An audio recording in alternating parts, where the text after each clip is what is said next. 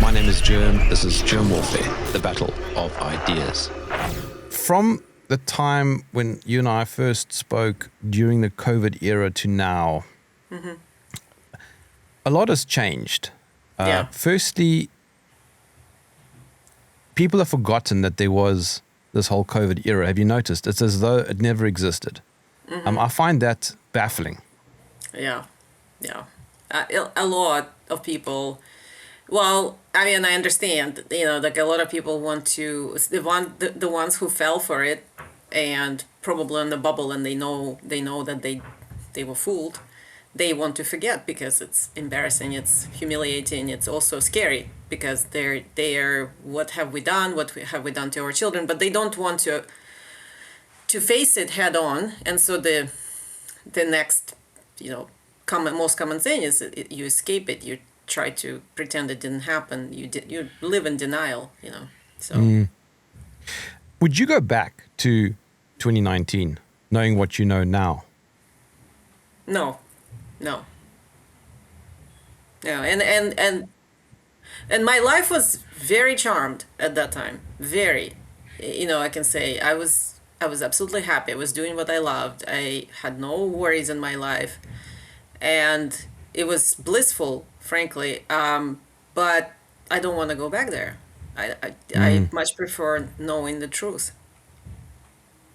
Well, I mean, me too. I mean, if it weren't for the COVID era, my child would be vaccinated, and he isn't. And that's such a blessing. I am so delighted for your child. I'm so delighted. It's beyond words. Yeah, it's amazing because that gives me hope. Certainly, people like you who are having children now and are well aware, it makes it all worthwhile. I'm going to play a video clip. I think this will set the tone for the conversation. And over the next decade, as more and more patients chose not to vaccinate, I got to see the difference. But I wanted to see, could I prove it? So we got all the data from my practice. We looked at every baby born into my practice and published it in an international journal of public health. What we found, and that study was peer-reviewed, it was robust, we found massive increases. I mean, we're talking 400 to 500% more. Allergies, autoimmune conditions, neurodevelopmental issues, and then we had infections of all kinds. Massively increased in the vaccinated compared to the unvaccinated. What happened when I published that study? Within days of it being available online, I get a call from my attorney. Don't go see any patients. Don't write any prescriptions. Don't go into the office. Your license has been emergently suspended. You are a threat to public health. What's today? Today, it is the last time I will be doing clinical medicine in Oregon. Knowing that you guys are keeping it going, the heart of this place lives on. My currently very well researched and backed up theory, and this is working theory that I have, and I invite anyone to try to overcome it, is that vaccines are by far the number one driver of all chronic illness at all age. So it's starting from babies into the late 80s.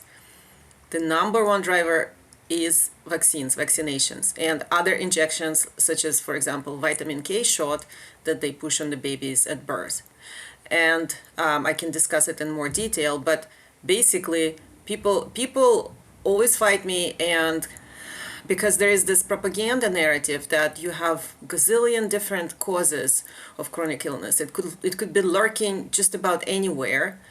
So the narrative goes like this. First, if you ask them, what causes chronic illness, you will have response such as, we're baffled. We just don't know what caused cancer in this 25-year-old. We're baffled.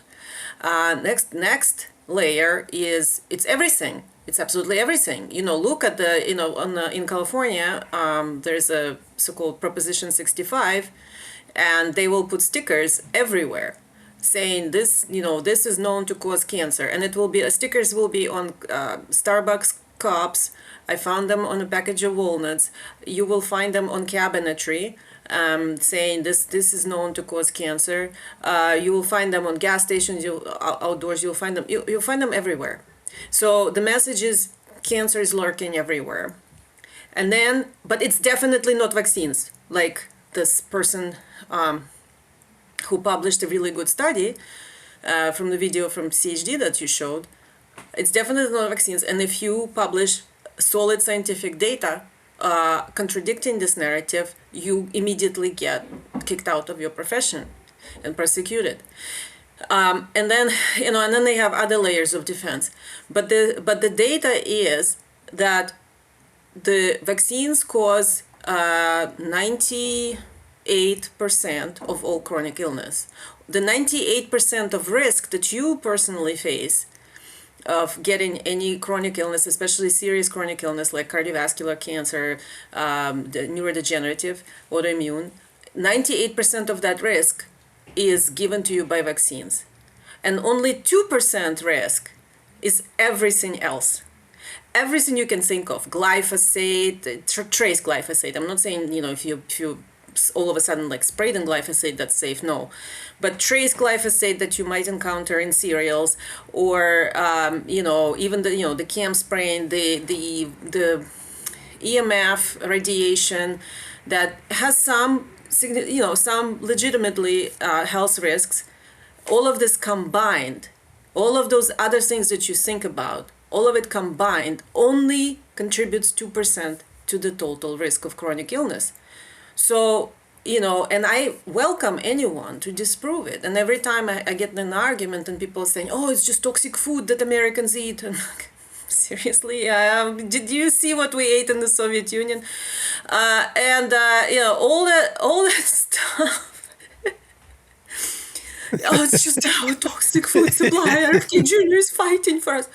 All of those things, every time I encounter somebody like that, I'm like, okay, fine.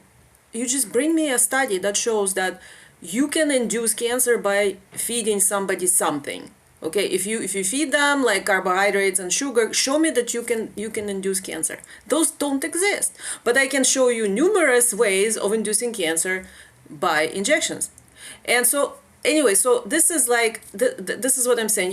You have to keep in mind, vaccines contribute over 90% of the total risk of the chronic disease for the entire population, entire lifespan, and everything else is about 2%. So that's why we need to focus, and the propaganda narrative wants us to focus on anything but vaccines, including on both sides of freedom now, including our brave HHS leadership.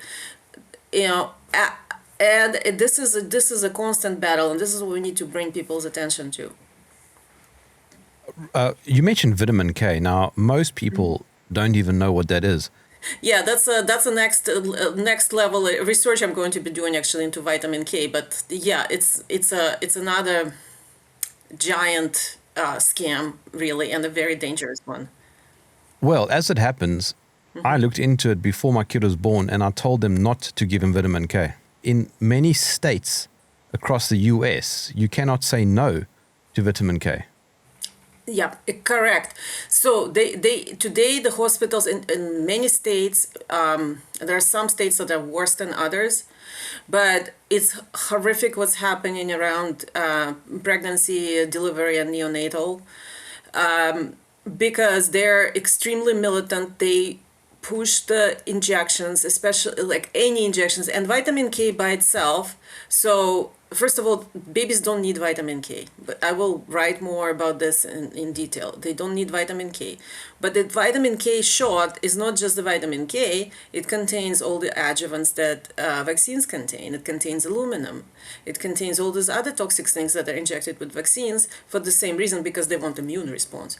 And the data that I've presented and shared and I published on this control group project, they actually specifically looked into the difference between totally unvaccinated people and totally unvaccinated people who also avoided vitamin K and whose mother wasn't vaccinated in pregnancy. So purely unvaccinated and unjabbed with any things. And so the mother's vaccination and vitamin K contribute. So the risk goes like without it, the risk is 2% of chronic illness. With it, with maternal vaccination and vitamin K, the risk is already 13%.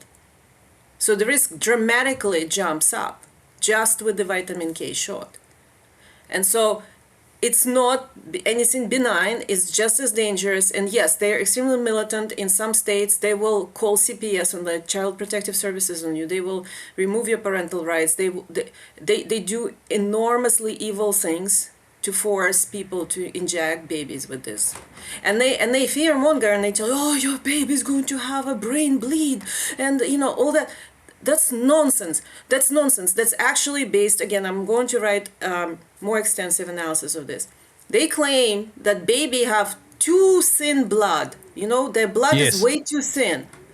And we need to coagulate it. It's the most ridiculous statement I've ever heard.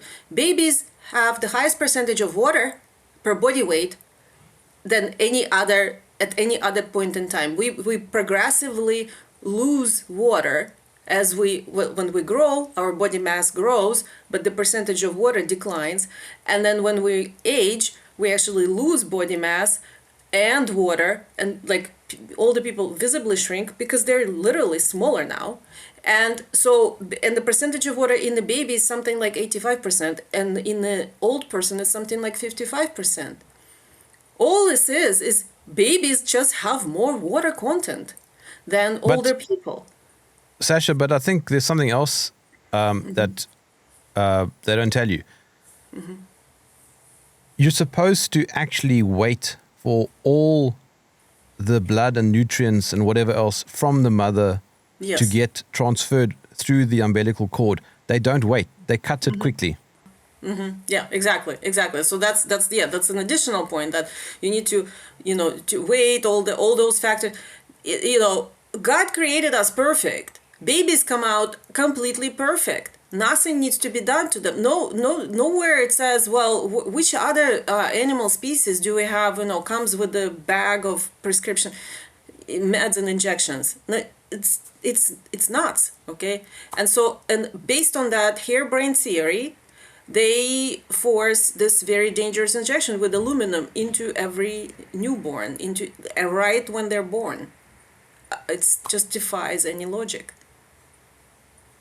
Andy Wakefield was on my podcast, and he, I think, was one of the first to have the pharmaceutical industry attack him for finding. Well, he didn't even find a link. He found a very loose correlation, and they totally destroyed him. Yeah, and he said something really mild, like, maybe this should be considered. And yeah, there was a total destruction of his reputation, career, everything.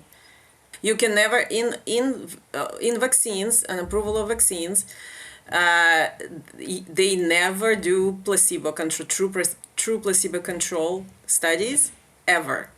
And actually, and that it applies to entire field of virology. They never use actual scientific method.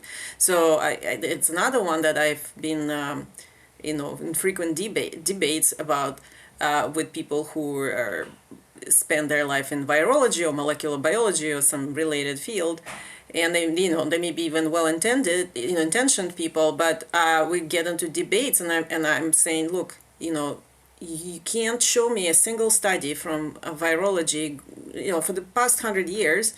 You can't find a single study, single paper published where there is actual true control involved. And the scientific method requires testing the null hypothesis with proper controls. The placebo controls are well-designed positive and negative controls. And they never do it. So it means that they never use scientific method, ever. And they just make these claims, these grandiose claims, and then they inject people with poison based on those claims. And then they compare poison and poison so that they never show any true difference, true outcomes. And this, it becomes ridiculous because population gets progressively more poisoned, and then they do more, comparisons, on already poisoned population. So what's happening here is that they can't really do a true, what did you call it, double blind study, because what, 99% of America is already vaccinated. Well, yeah, depends for what, but right. So they can't really even compare now with the truly unvaccinated. So this study I'm referring to, the control group project, they found about 100,000 unvaccinated people, but the completely unvaccinated, or like somewhat unvaccinated, I would say. But then out of that they found about 1,500 completely unvaccinated people. And so that's what you need to understand this whole impact. And so that's why this study is so valuable, because it actually does look into that issue. And it also kind of, they did, they divided the risk by, you have maternal vaccination, the vitamin K shot, and then how many vaccines afterwards did you receive, to really study how the risk of chronic disease changes with increase in vaccination. And that's extremely important. And of course the CDC and all the public health officials and all over the world, they don't want this. This is their kryptonite. I mean, they can't allow this to be publicly known. So for clarity, all vaccines. Yes, all vaccines. So there's also, variation as far as what kind of damage and what kind of, typically what kind of illnesses you will see. And there are, of course, differences how the traditional vaccines were made, let's say 50, 60 years ago, or how then the recombinant protein vaccines started being made. And now then the final next generation is this mRNA monstrosity. And that's a whole different ball of wax. So they progressively, the technology itself becomes progressively more toxic. And the traditional vaccines are not safe. I mean, they're very dangerous too. And once you know what vaccine injury looks like, even mentally going back now, I know in the Soviet Union, I know this person.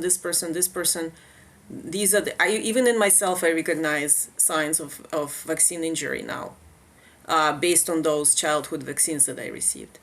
But they pale in comparison in what is going on. Like with the recombinant ones, they started this. So recombinant ones, for example, added on this whole, the transgender stuff.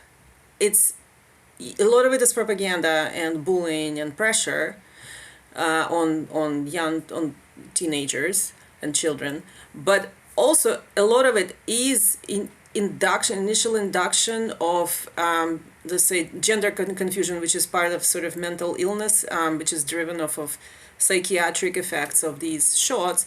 And we know that, let's say, recombinant vaccines, they contain a lot of synthetic DNA and plasmids, and they have a lot of features that are very similar to the mRNA shots, and you can kind of trace it. So like the development of this psychiatric condition comes as a wave after the recombinant technologies were more widely introduced, as that's an example. And now with mRNA, we have yet new types of things like turbo cancer, the heart attacks and strokes in babies, a lot of ocular, ocular nerve damage, immediate blindness, microstrokes, microclotting, those white abnormal clots and stuff like that. And that's a feature of this new platform. So like every time they have some sort of a new platform, you see a different wave of different effects. Wait, so you're suggesting that there could actually be a connection between certain vaccines and mental illness and, for example, the whole LGBTQ thing? Oh yeah. So, I'm not saying that, the condition of being gay is because of vaccines. I don't have very good link to that. I doubt it. And certainly gay lifestyle precedes vaccination, by thousands of years. So we can safely say that maybe just, the gay lifestyle is its own thing. But the whole issue with, the transgenderism and which is new. I mean, it's only been around, 20 years, not even. Right, 20 years exactly with the and the recombinant protein vaccines actually coincide with that pretty well. But the ones that are carrying now, I'm saying DNA loosely. I mean synthetic DNA. It's just a chemical compound, okay. But the way they make them, the way that they can then transfect the cells, so be inside cellular membranes, is carrying much more damage. And if that happens, let's say in the brain, or even like we don't really have a good theory of mind. It's not even clear that our mind is in our brains. And so wherever it gets into the system that affects psychiatric condition, it could be also based on the gut flora, killing off gut flora, and it gets replaced with different species, because the gut produces a lot of neurotransmitters. And so the gut could drive the psychiatric health. And we know that, for example, in autism recovery or improvement of the symptoms, it's important to focus on the gut flora. Why? Because of the same thing, because neurotransmitters are made by your gut bacteria. And if, for example, they get killed off by these plasmids that are floating around, which is the E. coli cells will pick up plasmids. That's how they do it in the biomanufacturing. So you have E. coli cells in your gut. This plasmid comes in with some foreign toxic material. The E. coli will pick it up and start reproducing that instead of making your normal neurotransmitters. Well, and that affects, of course, your psychiatric state. It can result in ADHD, anxiety, and anxiety is like, it's a very broad, you have anxiety. If you have a chronic anxiety, it can manifest in a variety of ways. You can become depressed, you can become suicidal, or you can start having, because you're depressed and suicidal, you start having transgender ideologies because you feel like you never feel okay in your body. And here comes your teacher and says, oh, let's go into the secret room where your parents can't access these files, and let me talk to you about becoming a boy, or if you're a girl, or a girl if you're a boy. This is what's going on in California. In California, for example, after a child is 12 or 13, I have a nephew here, and this is an issue right now. Not the transgenderism, but the access to data for parents. After the child is 13, the parents cannot see their medical records. So the doctors can start transitioning him in the school secretly. And you as a parent, you won't see the records. So that's how this whole, that's how they feed off of this poisoning of children. It's a multifaceted, but they have created this whole entire system where they want to take away the children, poison them, and then in a variety of ways, and then based on the results of the poisoning, they'll harvest this into their own financial interests, whatever those are, the gender transitioning, or the just having them dependent. Autistic children are very profitable. It's a huge industry. It's a multi-billion-dollar industry of all these, autistic care and autistic research and it depends on the supply of autistic children, and the supply of autistic children, it depends on vaccination. So there we go. And everybody's on the spectrum these days. Have you noticed? Yeah.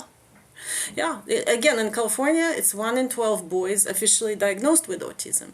This is a catastrophe, and there, and California continues the most draconian ways of prosecuting parents, forcing children to vaccinate.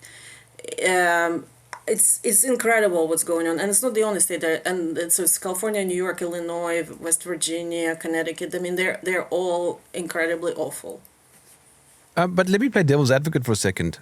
Could it also not be argued that, autism isn't a thing? You can't just look at it under a microscope. Could it be possible also that they're just completely overdiagnosing and just calling everything autism? Well, it's certainly a spectrum, so there are more functioning people and far less functioning people. But by any metric you look at it skyrocketed so high that, and also the prevalence of severe and non-verbal autism skyrockets in the same proportion. So you can't say you can exclude the lower. You can say, well, maybe we can cut the data and exclude the more functioning people and call it something else, Asperger, I don't know. But we still have this humongously increasing incidence of severe nonverbal autism, that children that need to be institutionalized, children that can't care for themselves for the rest of their lives. It's an incredible human tragedy, and it is driven by vaccines. Also, in the same control group study, incidence of autism was less than 1% in unvaccinated group, but that less than 1% was contributed solely by those whose mothers were vaccinated and who received the K shot.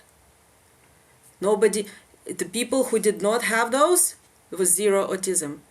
And overall, in the unvaccinated group, we had zero incidence of cancer, zero, for entire lifespan, from children to 80-year-olds, and zero incidence of cardiovascular disease. And that's the number one killer today. So, again, when you talk about vaccines, Sasha, what exactly are you referring to? Is it just injectables, or also the ones that you put on the tongue? Yeah, I would stay away from those as well. So the oral ones, I think it's only polio today, and I'm not aware of. I mean, there's like flu mist. Those are the mists. Also, I would avoid that. But the oral polio vaccine, and that's a horrendous thing. I've actually written an extensive review, and together with my colleague Debbie Lerman, we started looking in detail into this polio situation. And I'm kind of perplexed that nobody in the space, in the people who are writing about polio, have ever mentioned this. Because until I didn't know, I've read other people's work on this, and until I myself went looking, I was like, why didn't anybody mention this? But basically, polio virus, so they claim there are multiple strains of poliovirus, right? And there's poliovirus 1, poliovirus 2, and poliovirus 3. And they have substrains, but in general, it's these categories. The main strains are these 1, 2, and 3.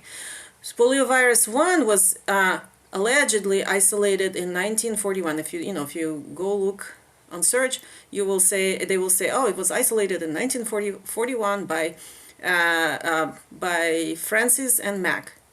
Walter Mack was one of the key people in this. And I went looking for them. I was like, okay, I would like to see that paper of isolation and read it. And I found that paper, and I published it on my Substack. So that isolation, magic, was from 3 children who were killed by tonsillectomy surgery. Actually, not even from those 3 children. It's even funnier than that. Not funny, it's a tragedy. So there was a family in Ohio that had 5 children, or they had 6 children. 5 of them had tonsillectomy on one day. And after this tonsillectomy, 3 of them died, and 2 of them were severely injured.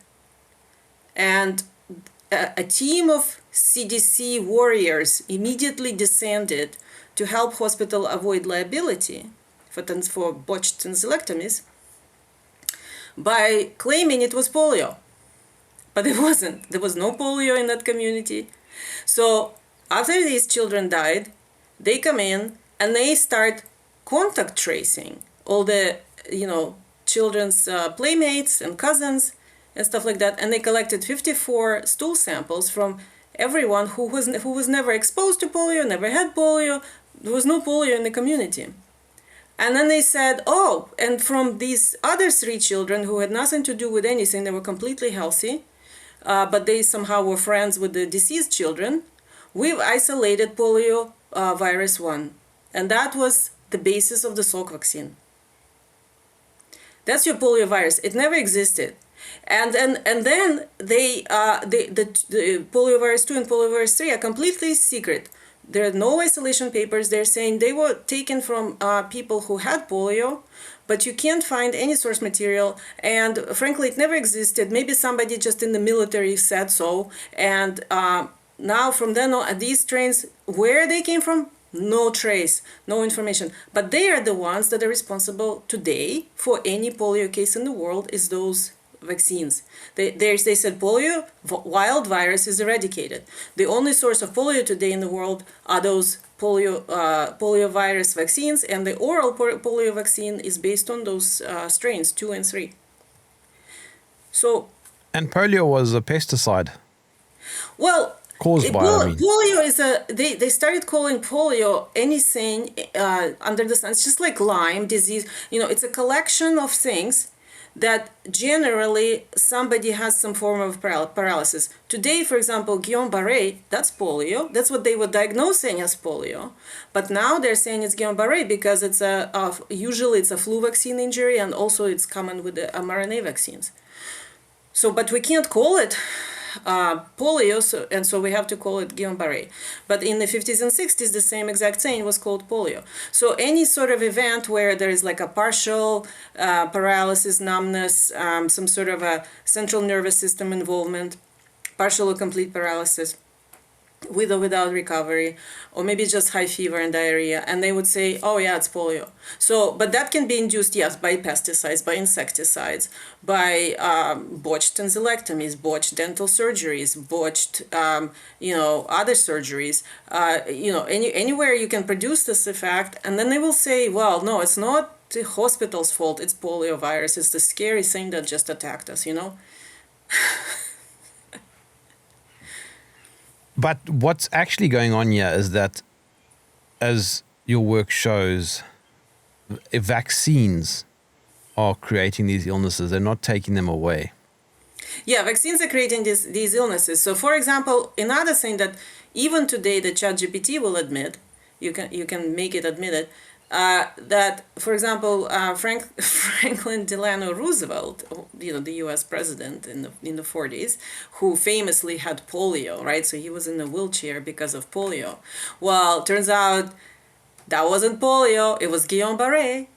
And ChatGPT will also say, well, yeah, it wasn't classical polio because classical polio is like one side and he had both sides simultaneously, and he just like suddenly got paralyzed when he was on vacation in his compound somewhere in Nova Scotia. And well, I'm thinking he was vaccinated and he got paralyzed. And even today they admit it's Guillain-Barré, it wasn't polio. But he is the face of polio,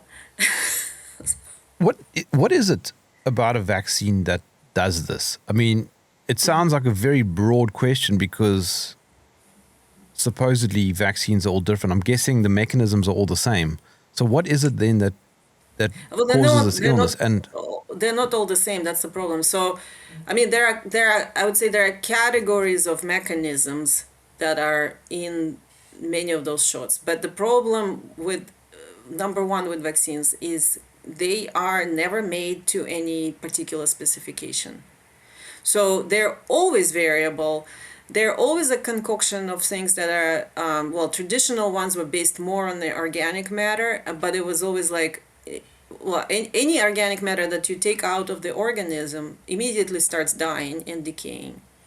And so they have this dying, decaying matter, monkey cells, aborted fetal cells, they throw in some bovine serum in it, and and just incredible amount of absolute garbage and sewage that they brew and filter, and then it's all decaying and decomposing. So you can never make it consistent and reproducible, and so they never regulated them as pharmaceutical drugs. It was always like initially it was made just by CDC without any regulations.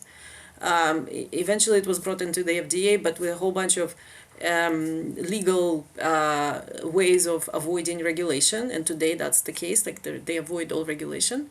And they just brew this decomposing stuff, and then you have to guess and then they add metals to it as adjuvants, and they add a lot of food products as adjuvants, and they call them generally regarded as safe because they're food, but food is absolutely not safe to inject.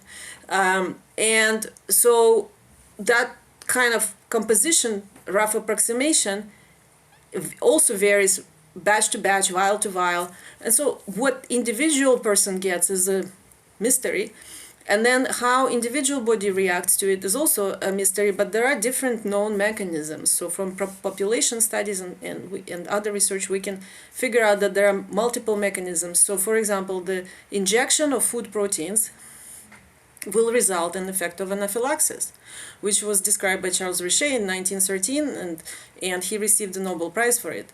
So an anaphylaxis is, generally speaking, it's going to be produced in small percent of the population, but pretty significant, something on the order of 5 to 10% will develop it with each injection.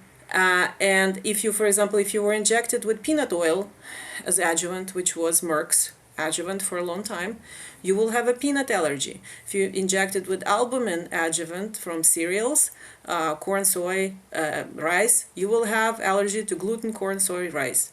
If gelatin was there, you will have alpha-gal, or shellfish gelatin, from fish gelatin, or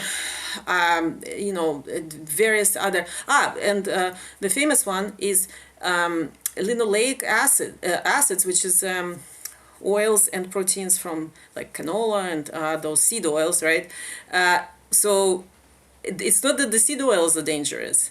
It's when you inject it with them as part of vaccines, you will develop anaphylaxis to them. So at the next encounter with seed oils, when you start eating them, you're gonna have allergy, gut reaction, and eventually insulin sensitivity, and in some cases you will develop diabetes and obesity. So that's how, that's the effect of anaphylaxis. Then injection with metals will have another pathway of damage, and that's primarily caused by stripping what's called zeta potential from blood flow and other colloidal fluid flows in your body. And blood flow has all the components of the blood, such as cells, red blood cells, white blood cells, different lipids and proteins that are in it, are all separated from each other by negative charge on the surface of the cell. It's called zeta potential. And because of that negative charge, they're kept separate and they're all flowing. And if that charge starts diminishing, for whatever reason, then there will be pileups. And if it's quickly diminished, you will see that effect that they were showing with, fresh blood, and then pouring vaccines under microscope and looking at the microscope what happens with the fresh blood. And we saw immediate clumping and immediate these rouleau patterns forming, right? So the red blood cells stuck together like coins. So that's the effect of stripping zeta potential. Why? Because lipid nanoparticles are hugely what's called cationic. They have high positive charge, and aluminum is a very, very known high triple cation. So it has triple positive charge on its surface. And when it enters the blood flow, so positive with negative charge immediately cancel each other out. So now you have stripping of the negative charge, and you start having these clumping and pileups and blood clots and all these processes. The same can happen with lymphatic flow, any interstitial fluid flow, and you're going to have various types of fallout, like crystals, urea crystals, kidney stones, gallbladder stones, plaques, lipid plaques, cataracts, the protein deposits on the lens. And so that's, I can go forever describing all these things, but you can appreciate the variety of mechanisms of damage that are built into the shots, the variability that drives this very, very hard to pin exactly these effects, and a lot of opportunity for gaslighting and pointing in different other directions, right? So it's a perfect setup here. But people need to start understanding that, again, as I said, coming back to control project, 90% of your risk of chronic disease comes from vaccines. Everything else is almost irrelevant. So that's how we need to look at it. That's very interesting. So what sort of timelines or time frames are we looking at? Because this you said earlier, you can have an immediate effect, or it can take years. Yeah, it's also very hard to study and very hard to research, and I can't give you like a very definitive answer. It depends on individual. It depends what they were injected with. where it went in the body, which is random, how it got carried, which cells got affected, which cells were transfected. With traditional vaccines, at least, did not transfect the cells, unless very, very rare, bizarre instances, but they were not known as a transfectant. So the body had easier time getting rid of them. Now, more newer platforms like recombinant and the mRNA, well, they are transfectants, and recombinant largely transfects the biome, but mRNA transfects mammalian cells. So they finally got to the holy grail that they wanted. They wanted to transfect the mammalian cells, and those are really, really hard. And so that there we go. So you can have what type, where did it go, did it transfect your cells? If it did, which ones? Biome or mammalian or both? And then it depends. It just depends how your body is going to deal with it, how you're going to deal with it. But number one thing is to stop vaccinating. And if you stop vaccinating, you have maybe some side effects or some illness, but over time you can recover. I've seen it happening. My own daughter was severely injured by childhood vaccine, probably by Merck HPV. And I honestly thought she was going to die. It was so bad. But we managed to, over time, make her feel better. And she is functioning now. She's well functioning now. She has her own job, and she's totally, at least it wasn't mental, thank God. It was all physical. It's POTS. But it's manageable. And again, your body has a self-healing mechanism. You just need to try to help it. And over time, you can become better. Okay, I'm not saying completely recovered, cured. Maybe, some people might be. But at least you will be better. The key is to stop these injections. If you continue injections, it's not recoverable. And obviously stay away from multiple injections and vaccines, and don't get boosters and all that kind of thing. Does that make it worse? Yes, it makes it worse. It absolutely makes it worse. The more you play, it's like a Russian roulette. So as I said, it's such huge variability of components and how individuals get affected that you think of it as a Russian roulette. And well, if you play it 90 times or whatever CDC wants to inject every child with, well, you're guaranteed to have a dead or disabled child. Guaranteed. You're guaranteed to win that game. And so that's what I tell people. Just don't do it. Just stop. Sasha, I wonder if in many ways COVID was a blessing, because more people than I can remember have a critical view of vaccines now. Mm-hmm. Yeah, there was a recent poll by Politico, which is a hugely pro establishment organization, and it was funny because I think they needed to hide the real answer, and they, as typical, they split it by the party affiliation, Democrat or Republican, which just ignore. But there was a total column, and it was something like, and they also phrased the questions in a very skirmish way, like you know that they're trying to kind of massage the message. But the question was like something along the lines of, are vaccines trustworthy or not? And they got like 46% of the people said no, which is huge. And then 30 some percent said yes, trustworthy. And then there was this category of 15%, they said other. And I guarantee you it was like absolutely effing no way. Which means the vast majority of the population will not get vaccinated. You'll be criticized. This is just correlation, Sasha. You haven't got any causation here.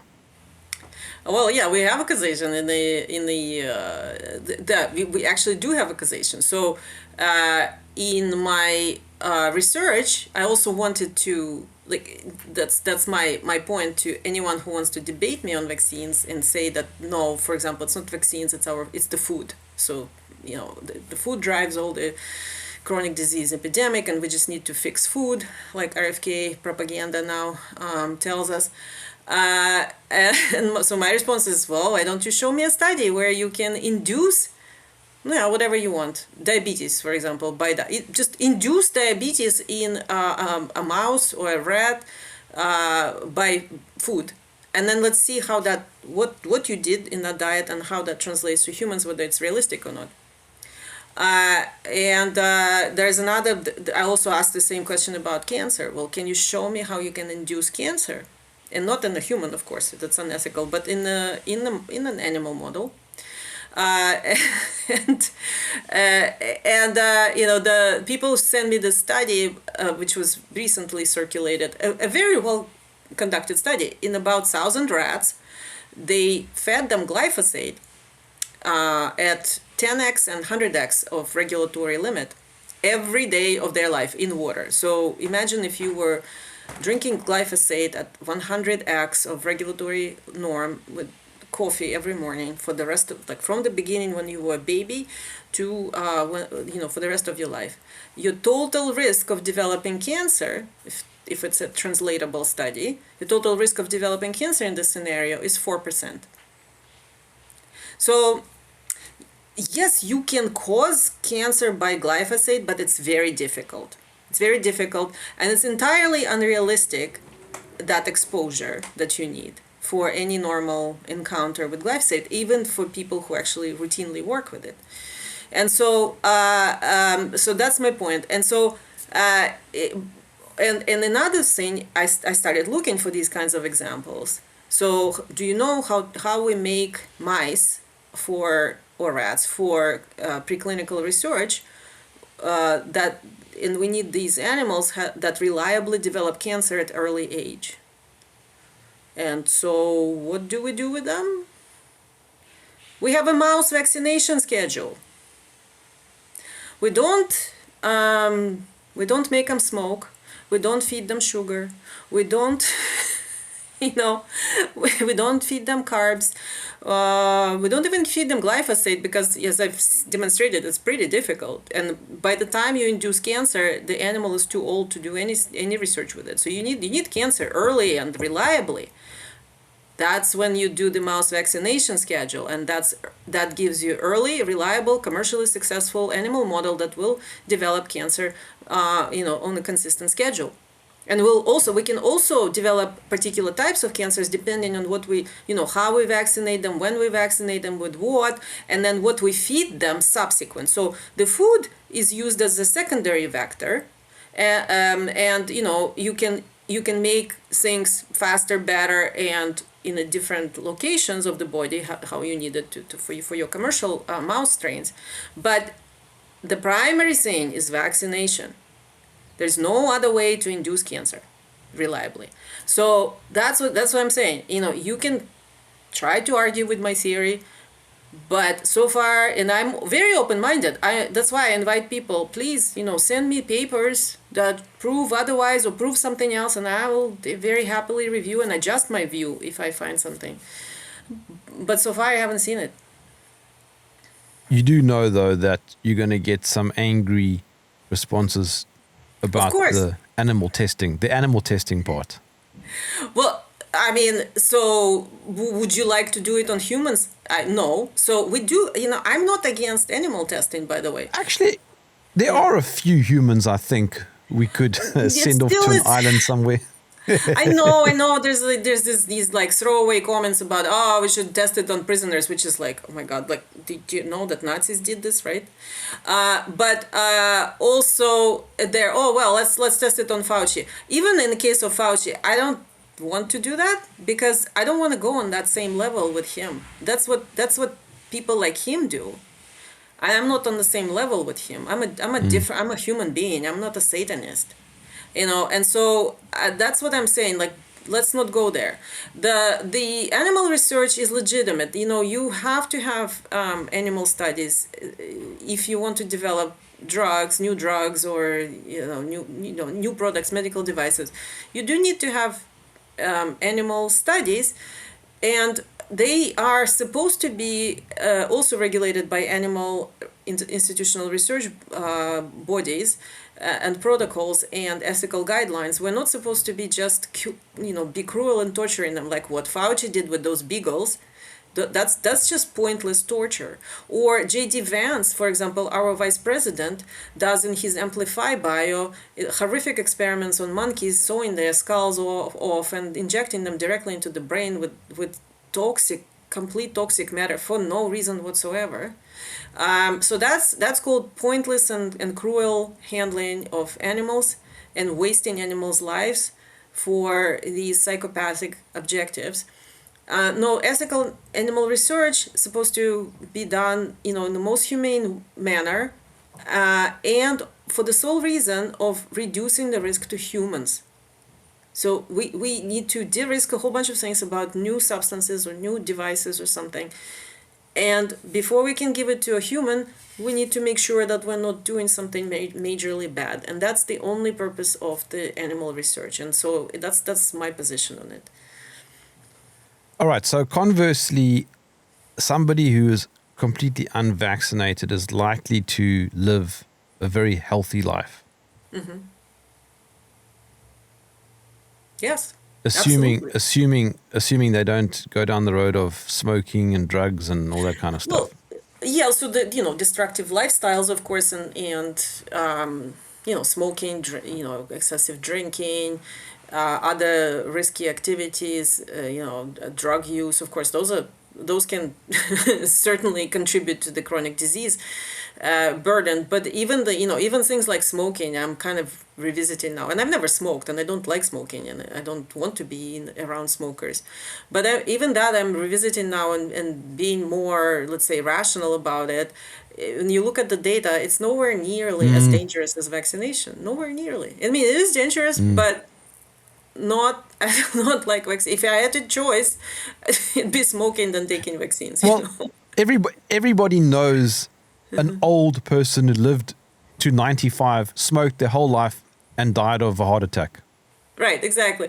Well, there was the famous lady. So I think she is to date the longest lived human recorded.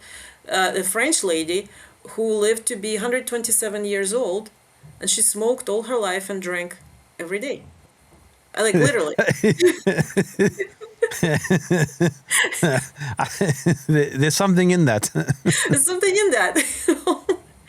And we also know that, smoking has been around for thousands of years, right? So, and all those diseases that are, and cancer was extremely rare. And actually, many people state, I don't know, I don't have the data, I don't have the research, but if you read, there's like references from 1800s and 1700s where people saying, I've never seen cancer in my life. Well, certainly the cancer in children does not exist without vaccines. I can absolutely guarantee you that. So in children, cancer is only induced by vaccines.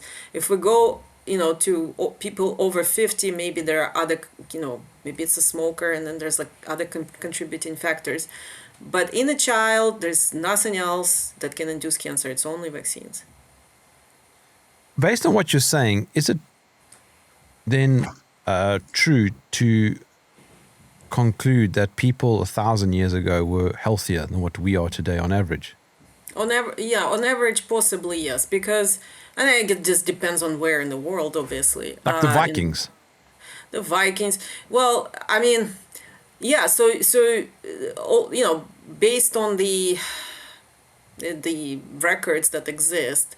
So the Native American population, for example, was in the record like one in the initial encounters, or let's say the encounters before they became a war, right? They were like trading and normal interactions with people who came from Europe or other places, and they all universally said how very strong, how vibrant they were, how tall they were, healthy. And yeah, we have those accounts of people living long lives, living healthy, not having all these insane illnesses, insane societal burden of chronic illness at all. And now we're being told that, that they were all dying at the age of 20, which is ridiculous. It does seem ridiculous. That's ridiculous. It's not true. They of course they twist the life expectancy statistic to suit their public health propaganda. And I've seen those presentations. I know exactly how they do it. So they give you average statistic, which includes that there were a lot of wars, a lot of accidents, and there was high childhood mortality. There was high birth rate, and due to shortage of food and cramped conditions and neglect and so forth. A lot of children would die in childhood, but that's a different issue. It's not because of the infectious diseases. It was nutrition, conditions of living, sanitation, and neglect. Like some parents just didn't care. There was too many of them anyway, and it was like the attitudes were different to that. And so and then they say, well, because of this high childhood mortality, now your average is something like 47 years old. But that's not true. But the average person would survive into their 70s and 80s, just as they are today. If so many people today are vaccinated, Sasha, what does it mean for the near future? Well, we're going to have a pretty significant early die-off, and not only just that. Well, we're already having a very significant impact of chronic disease burden. It's skyrocketed, and we all know that the hospitals are now full. So they were not full during COVID; they were empty, but they are now packed. It's very hard to get any medical appointments. You have to wait. The hospitals are consistently running out of capacity of all the people who are arriving, with the consistent episodes of whatever they have in cancer or cardiovascular or neurodegenerative. And that is just going to generate a reduced lifespan for those people. But also I see that a lot, as we've discussed, the political poll, for example, a lot of people are now beginning to understand the real reason for this. And so we also see a positive trend of younger people having children and refusing all vaccines, and people in whatever age just stopping vaccination, and that is a positive trend. And if that continues, then this wave will die off eventually, but we now will have a really healthier generation, and we have hope that more of us pushing back against this evil system will create a better world for us. There must be areas in the world also with very low vaccination rates compared to, say, the US. Oh, yes. Mm-hmm. They still exist.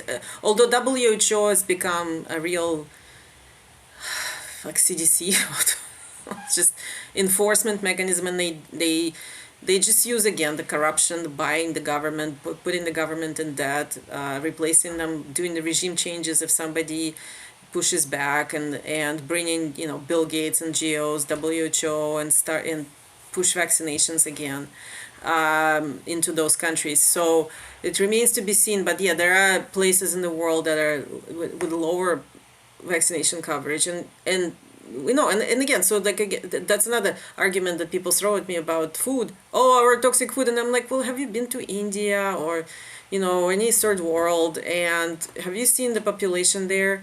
They're fit and healthy, and look at what they eat, and their water is polluted, and the air is polluted, and they thrive.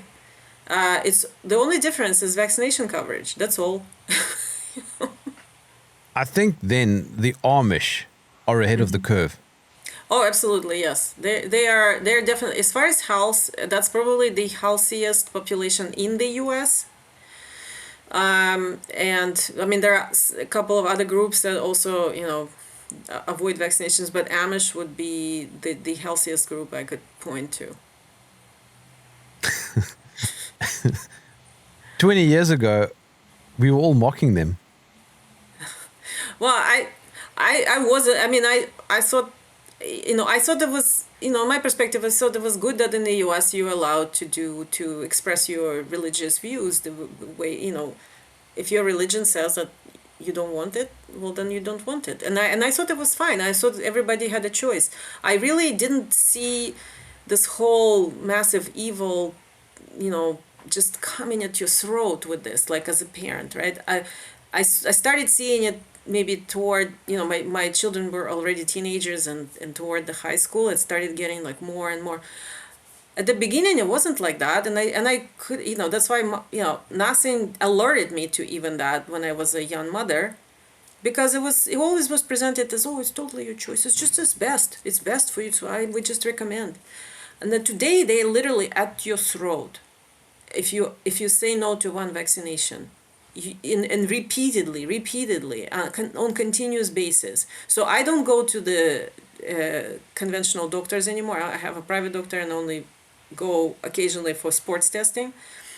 But people that my friends, my relatives that do have primary care, conventional doctors, the stuff that they tell me, just like, I want to tear my hair out, like what happens in those appointments. What's the moral of the story? Well, the moral of the story, don't vaccinate. Avoid all injections. But especially for your children, like, absolutely, like, do not do that. As I said, if you do it enough, it's a Russian roulette, and you will win a disabled or even a dead child, and nobody wants to do that. And you don't want to live with the realization that you did it to your child for the rest of your life. I guarantee you that's the thought that you do not want to have in your mind. How does the pharmaceutical industry get away with it? How do they get away with? Well, the government gives them all the protections. It's a mafia. It's called public-private partnership, and public-private partnership is mafia and fascism also by definition. It's corporatism, fascism, and they have it now officially legally in the U.S. It's advertised as a great thing, so pharmaceutical companies would not have done any of this if the government didn't set up the whole system with the PrEP Act, with avoidance of any, and initially with National Vaccine Injury Law 1986. So they gave them first layer of liability protection. Now they have a complete layer of liability protection called PrEP Act.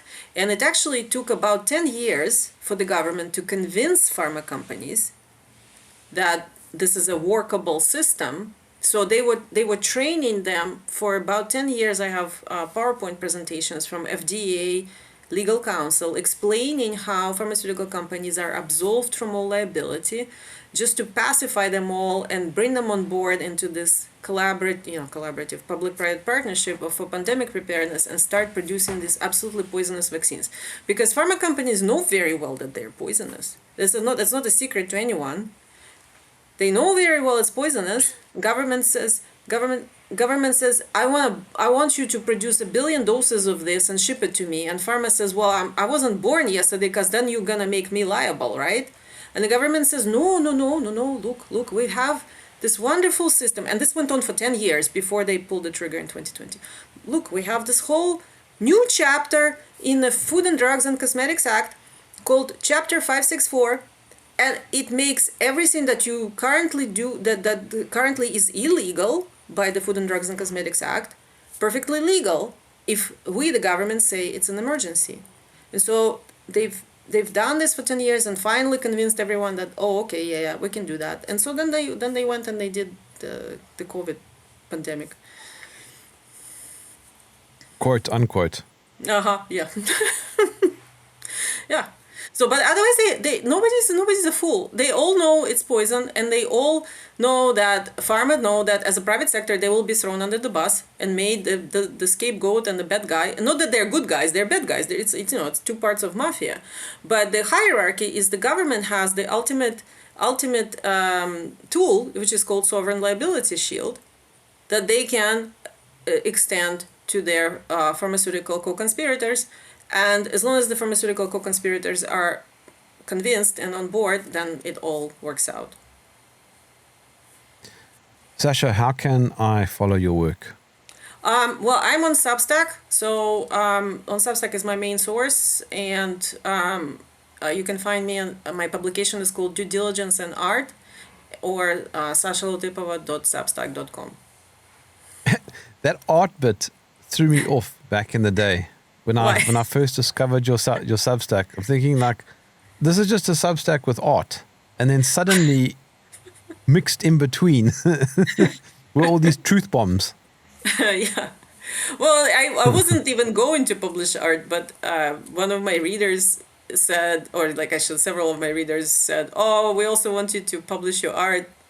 And I thought, well, they don't have anything to do with each other, but if you guys want it, sure. And actually, people like it. They think it's a kind of like a relief from all the darkness, and so they enjoy I it. agree. They keep doing it. So.